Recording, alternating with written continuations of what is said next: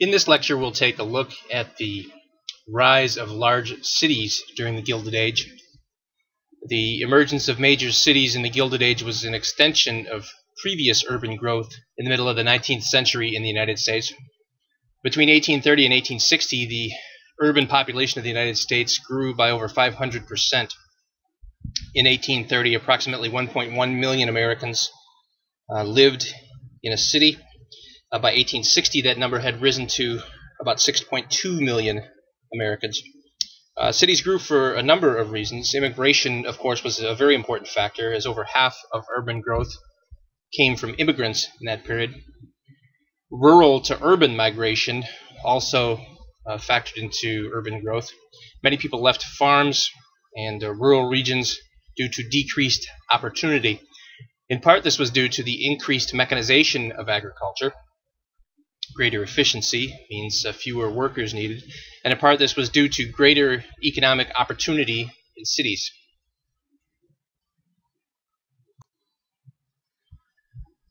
The population of American cities continued to surge in the Gilded Age era, tripling between 1870 and 1900. Louis Sullivan's skyscraper became the face of the modern city. Cities attracted people in search of a glamorous life, at least in the case of upper socioeconomic class persons.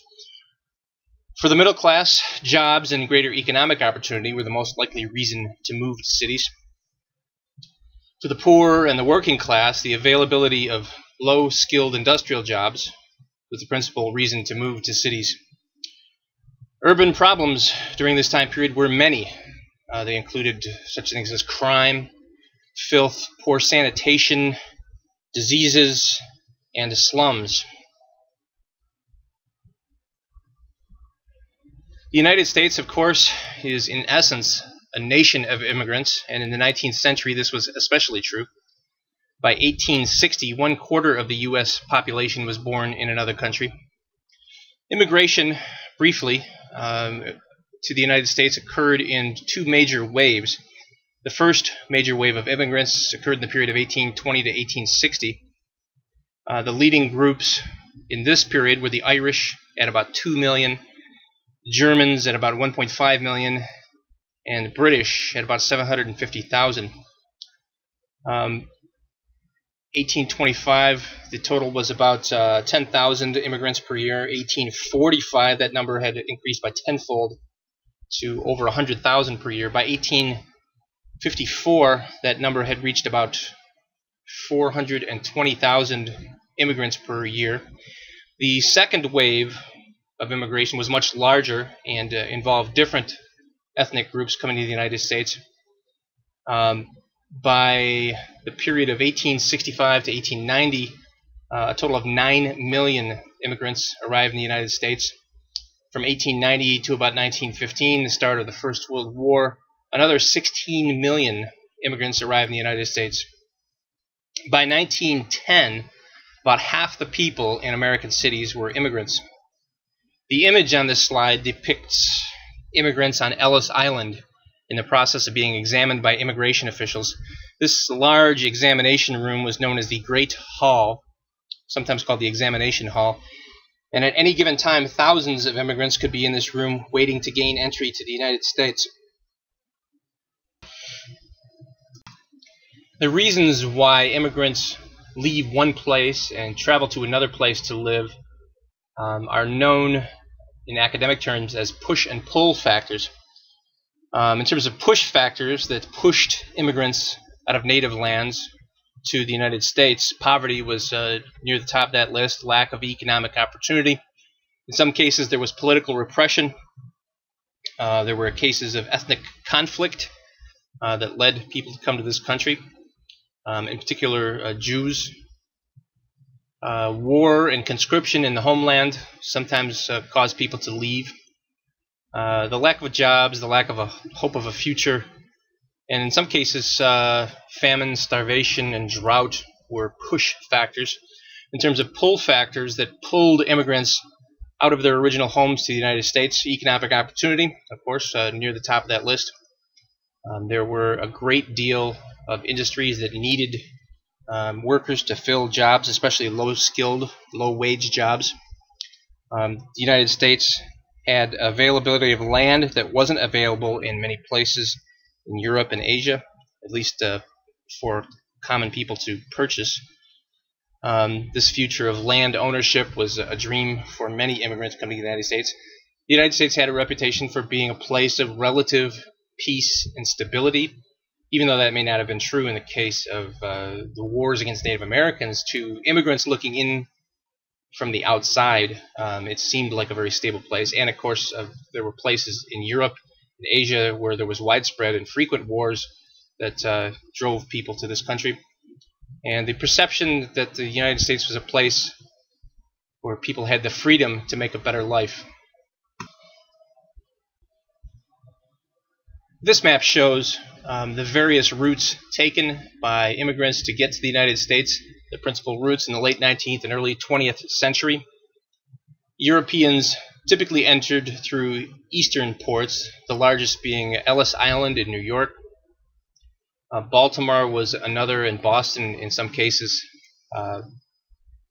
New Orleans were some of the major ports, but New York by far was the largest.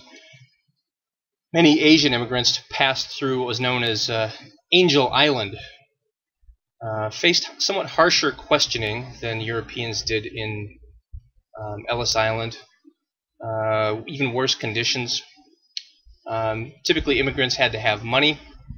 The standard figure in the 19th century was $25, which doesn't seem like much in today's money, but it was a sizable amount of cash. Had to be in good health and had to have no criminal record. Now, the situation being what it was at the time, there were poor methods to detect disease, and there were a lack of records that could verify whether or not a person even had a criminal record. But immigration officials did their best to ascertain these. A couple percent, 2 to 3% in any given year of would-be immigrants would be turned away for one of the above reasons. For immigrants moving to American cities, new groups usually congregated together and formed isolated communities and institutions in the growing cities of the United States. The Irish, for example, came together in neighborhoods and sections of eastern cities. They formed their own political groups, political factions, and began to dominate political parties in eastern cities in the United States. They used their numbers to build these powerful political groups. Particularly New York, Boston, Chicago, and Philadelphia had very sizable and powerful Irish communities.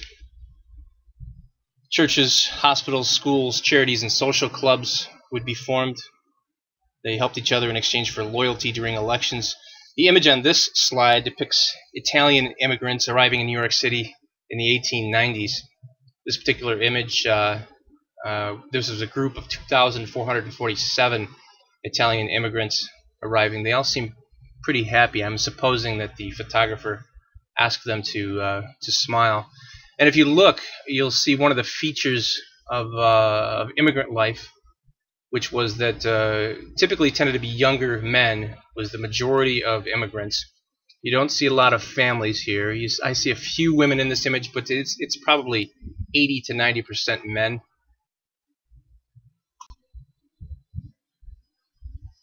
In terms of effects of this new immigration, politicians traded jobs and services, items such as food, clothing, and housing for votes.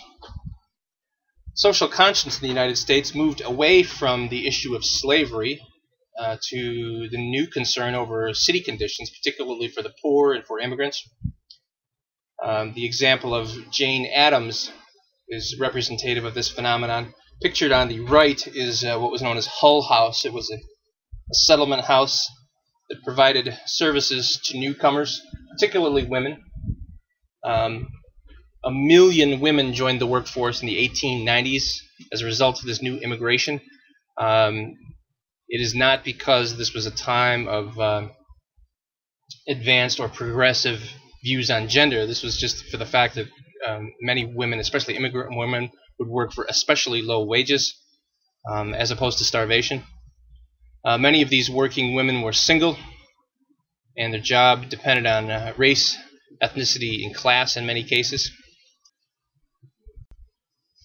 One of the most powerful and significant types of ethnic group organization often took the form of what is known as political machines. They were, in essence, organizations created by political and civic leaders who manipulated democracy, the electoral process, for their own material gain and political power.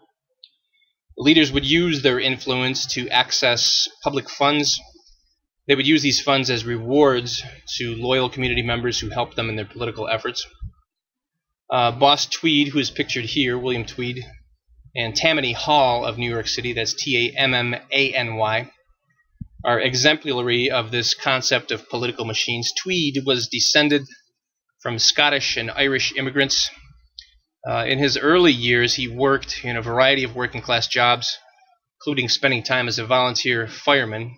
He developed something of a reputation, too, for being quick to use his fire axe in violent ways to get his point across. At the peak of his power, Tweed was the third largest landowner in New York City. He was also on the board of directors of the Erie Railroad, the New York Printing Company, the 10th National Bank, and he owned the Metropolitan Hotel. Extremely wealthy, but almost all of his wealth came through illegal means. After decades of growing influence, he really ran New York City for over a decade and became very involved as well in state politics. Tweed was eventually convicted on a variety of fraud and embezzlement charges, and he died impoverished in a New York prison in 1878. There were many changes, not just in demography to cities during the Gilded Age. Skyscrapers emerged due to innovations in factors such as elevators and the adoption of a steel structure or a steel skeleton as a framing system. Buildings could be built much taller with a steel frame. Electric transportation allowed people to travel faster and farther than ever before. Prior to the emergence of powered mass transit, residences and workplaces of people tended to be within a mile or so of each other, and in the era of electric transportation or steam transportation, people would travel much farther to go to work. The engineering marvel of suspension bridges, modern suspension bridges, helped better connect cities with rivers and bays that separated pockets of urban areas. Open spaces became a part of cityscapes. Frederick Olmsted, who's pictured here, and who designed Central Park, are an excellent example of the development of new public spaces. Central Park, which occupies about 800 acres in Manhattan, officially opened in 1873, and the park forever changed the way that Americans viewed the idea of open spaces in cities. Urban planning became an important feature of cities instead of that haphazard method in which cities formerly emerged. Such facets as parks, wide avenues, lakefronts, playgrounds, and planned commercial, residential, and industrial districts became the norm in many American cities. An example of the way that skyscrapers changed the urban landscape can be found in the Flatiron Building in New York City. The Flatiron Building, which was originally known as the Fuller Building, is located at 175 Fifth Avenue in Manhattan. The picture on the far left is of the dates back to 1903 and shows that from the time period. The building is considered to be very revolutionary in its architectural innovations. After being dedicated in 1902, the Flatiron Building was one of the tallest buildings in New York City at the time, at 22 floors in height. The building sits on a triangular-shaped sort of traffic island formed by Fifth Avenue. Let me get my bearings here. I think Broadway. It's either 22nd or 23rd Street. It's been a while since I've been in New York. The name Flatiron refers to the fact that the building resembles a cast iron clothing iron. The middle image is of a cartoon from 1903, and it shows significant winds that are some turbulence as a result of the building, and the way that the winds would come and be funneled around the building sometimes could even knock people off their feet. And as you can see there, there was I don't know if it's an urban legend, but there was a belief that if women with skirts walked near this building on a windy day, their skirts would blow up. You can see that in there. There's a history of a phrase called 23 Skidoo, where supposedly if you stood on 23rd Street, you could, at just the right time on the windy day when pretty girls with dresses walk by, well, you can kind of figure out why the term emerged. On the far right, yeah, we're going to keep it clean for this lecture. On the far right is the Flatiron Building today in all its glory. Immigrants were largely left out of the picture by the emerging consumer culture. They lacked available funds to purchase more than the bare essentials. And there's also something of a cultural backlash against immigrants and those who designed consumer goods often didn't feel the need to cater to immigrant groups. Unlike the 21st century, where it's common for companies to market aggressively to different consumer groups who happen to be of different ethnicities. For immigrants, suicide rates and alcohol consumption rates were significantly higher. This is probably due to the increased isolation, the cultural or language barriers, and the economic hardships faced by poor immigrants. As we indicated earlier, immigrants often formed their own communities within American cities, and original cultures and customs flourished in these ethnic islands. Here you can see downtown Chicago in 1890. In part, these immigrant communities emerged out of a sense of collective identity, but immigrants also found that by banding together they could overcome anti-immigrant hostility and bigotry, and they could develop mutual aid societies to help others in their communities. These groups often provided the only social support systems available to immigrants beyond panhandling and other degrading forms of existence. The term tenement refers to low-quality multi-family dwellings in urban settings. Such buildings are typically quite old, they're often run down, and they're generally occupied by some of the poorest members of a given society. Tenements became a regular feature of American cities in the Gilded Age due to the overwhelming rates of population growth. Housing construction could not keep pace with the number of people moving to new cities. In addition, the near complete lack of housing regulations in some cities and wholly inadequate regulatory enforcement in most cities also contributed to the spread of tenements. There simply wasn't an incentive or disincentive for building owners to fix their buildings as long as they were paying customers, and no one in government seemed to mind. In order to help make ends meet in tenement housing, many families took paying boarders. Tenements tended to be very noisy places, and the ambient indoor temperatures often fluctuated wildly. One of the complaints I remember reading in a primary source account of New York was that from a tenement dweller complained that it was always exactly the temperature you didn't want it to be in the building, no matter what time of year it was. Residents of tenements could not afford new mechanical devices such as stoves or any sorts of electric gadgets that might come along to make their lives a little easier. Many tenements had little in the way of indoor plumbing or very rudimentary plumbing, and residents often shared what little existed in the way of restrooms and baths. I've seen stories of 100 or more residents sharing one bathroom in some buildings. Many tenement dwellers subsidized their low incomes by engaging in activities such as wrapping cigars, performing sewing, stringing beads on necklaces, or things like painting vases. Some residents cooked and cleaned for other tenement families to earn a little income, would also cook and clean for any boarders they took in.